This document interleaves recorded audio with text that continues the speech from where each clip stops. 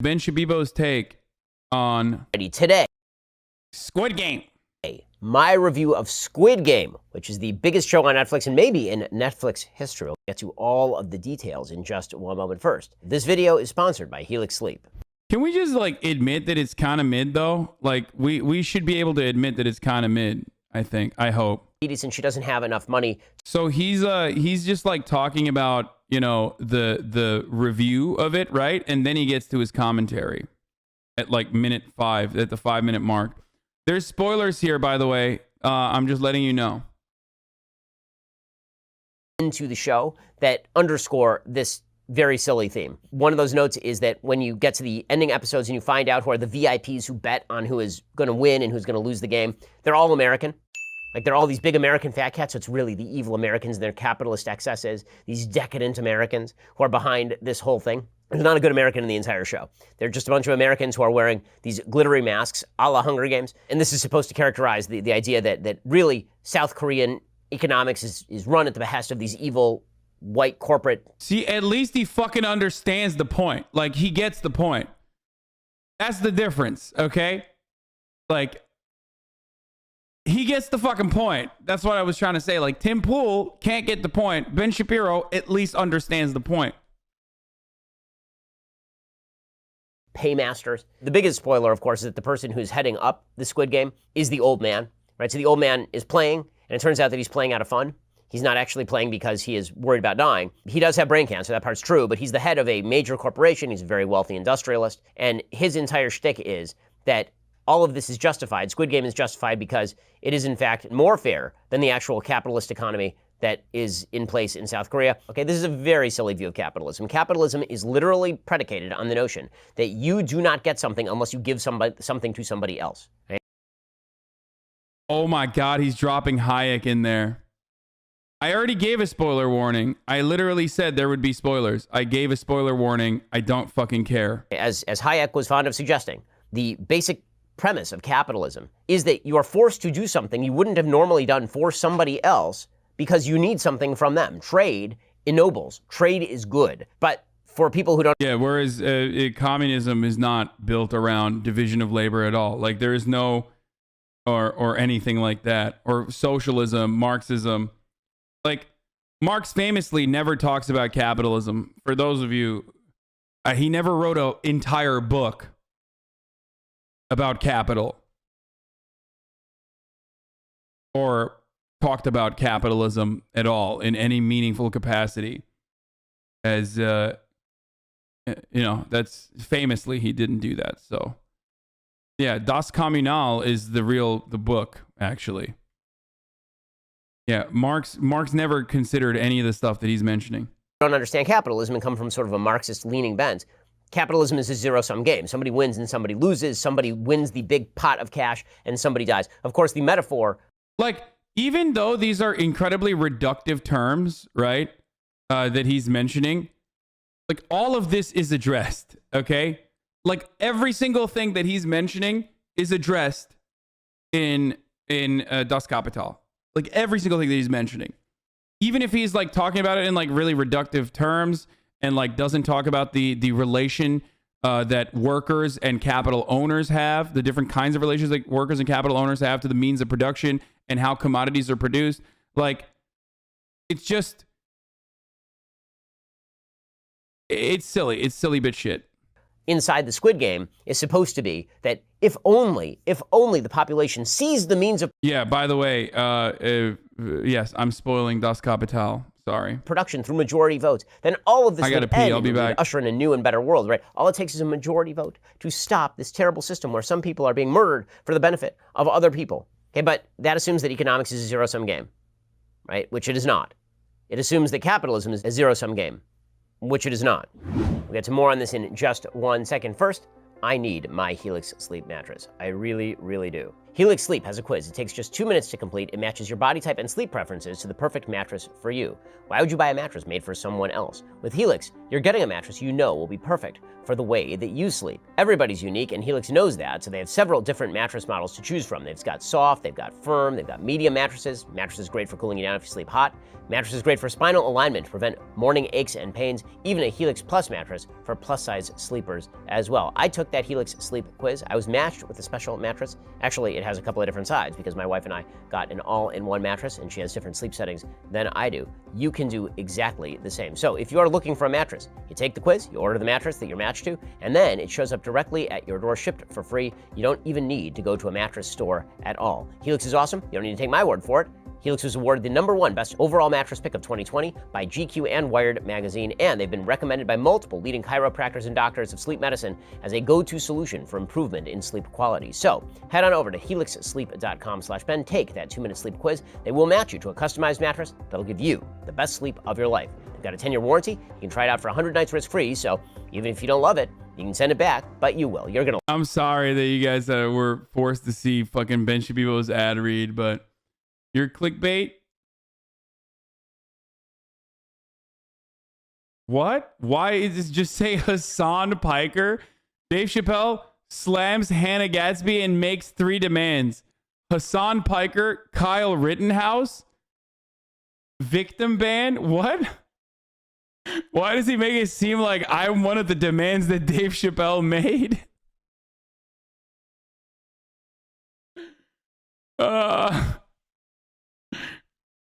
Love it. Helix is offering up to $200 of support or immoral. Rich people of Parasite is that the poor people in Parasite are supposed to be sympathetic, but they literally do nothing right, and the rich people in Parasite are supposed to be bad and therefore worthy of punishment, and they literally. Wait, what? Parasite is literally about how the working class fights amongst itself. Like, Parasite, the whole point of, okay, well, maybe he doesn't get all the fucking, okay, maybe he doesn't understand all subtext, especially if it's not like directly in your face, like Squid Game was. Because the point of Parasite is that the working poor are incredibly combative against one another when and fight against solidarity, instead of recognizing that the true villain is right in front of their eyes. Ben Shabibo, the real OG Pool Crowder Kroger, just lame remixes of the Ben. They don't do anything that is immoral in the course of the movie, like at all. And yet you're just supposed to assume that the rich people are bad and the poor people are somehow good. The same thing sort of holds true in this show. In this show, all of the poor people are perceived as sort of innately more noble than the people who are rich, even though the reality is that the poor people in the show, aside from the North Korean refugee, like the main character is a derelict gambler. He's a bad guy, okay? And he's gradually ennobled by his participation. Wait, what? He's a bad guy. The main character's a bad guy.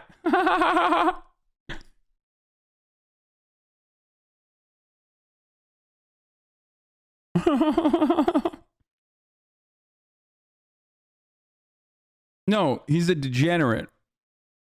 He's not a bad guy. How the fuck did you watch Squid Games and come out with the fact that he's like a bad person? He has vices just like every other human being does. Ultimately, one of the points is that, like, he's a degenerate, but he's not a bad person. He's a good person in the end, despite like his flaws.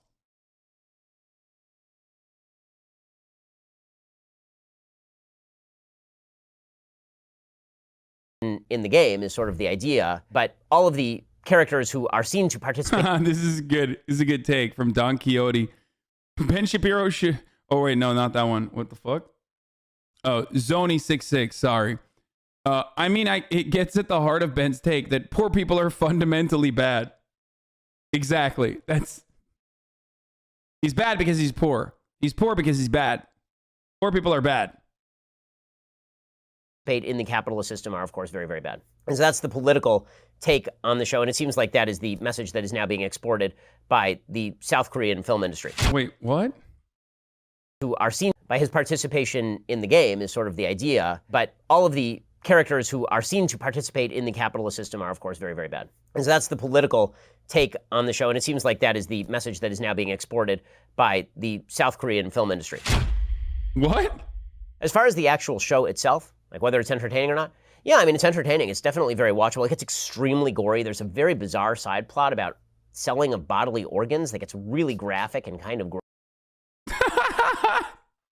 Dude, this is why not a single person who is cool has watched Ben Shapiro and agreed with him. Okay? In the end, you're literally watching an adult man-child go, it was very gory.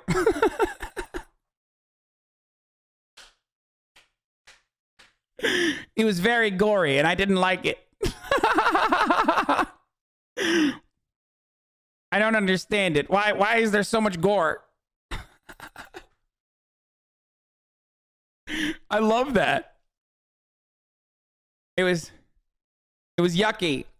I don't like that. Gross. I will say I thought the twists were predictable. Maybe it's because I've watched too many movies, and maybe it's because I've written stuff myself, but it's pretty obvious from the beginning. Yeah, Ben. Written profoundly important works like that novel. What was the novel he wrote about like Obama being gay and like secretly a bad guy? Like he wrote that spy novel. True Allegiance. Yeah.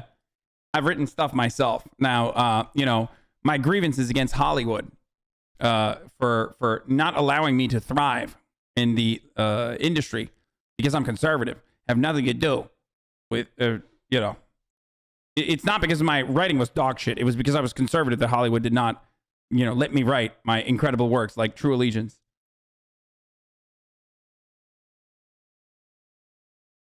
That whoever is going to be leading up the Squid Game has to be an integral character. Otherwise, it has no meaning when you reveal who's leading up the Squid Game. So that means that it can't be any of the young people who get killed.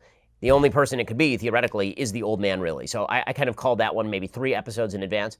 And also, the other big I called it. mystery of the show is that you have a cop who's trying to search for his brother, who's supposedly been taken into the system, and it turns out that he is a part of the system. That, again, was not super unpredictable. But overall, if you had to rate Squid Game in terms of watchability and sort of addictiveness, pretty good show. I would give it maybe a 7 out of 10. In terms of politics, I give it like a 1 out of 10 because, again, the politics of it are so baseline Hollywood silly. They really make politics. I give it like a 1 out of 10. Yeah, why aren't there more movies about how you should live in an anarcho-capitalist world that make it seem like an anarcho-capitalist world could be good?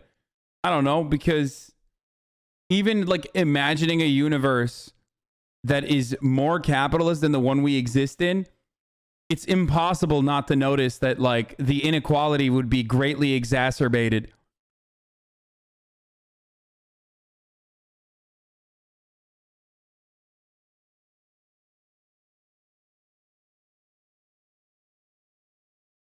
Because, again, the politics of it are... It's called Mad Max. Yeah, I know. That's why I specified. And said there is no like ANCAP work of art that shows it as a good thing, as a positive.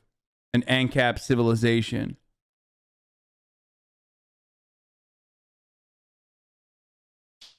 Guys, I'm not saying there aren't ANCAP movies. I love ANCAP movies. I mean, Elysium is like literally perfectly describes like what an ANCAP society would look like. The point is, it's just never good, okay? It's not ever shown in a good way. And the reason for why it's not shown in a good way is because people recognize that it would... I already mentioned this. I mentioned the concerns. I already addressed it. So baseline Hollywood silly. They really make no level of actual sense. Presumably they're setting up for a second season of Squid Game as well, because the season ends on a cliffhanger with the main... Yeah, this shit was so bunk, dude. I don't know. I think I predicted the Squid Game season 2 is going to suck, by the way. I think it's going to be a True Detective style flop. If I'm keeping it 100, I predict Squid Game season 2 is going to be like True Detective season 2 versus season 1.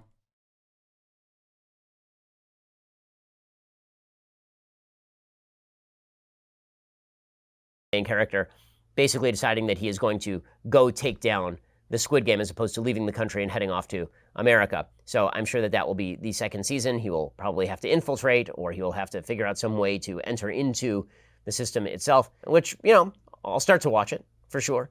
But is it worthy of the sort of high praise that it's been receiving in some quarters? Probably not. Is it watchable? For sure. The Good. Compelling, well acted, well produced, interesting.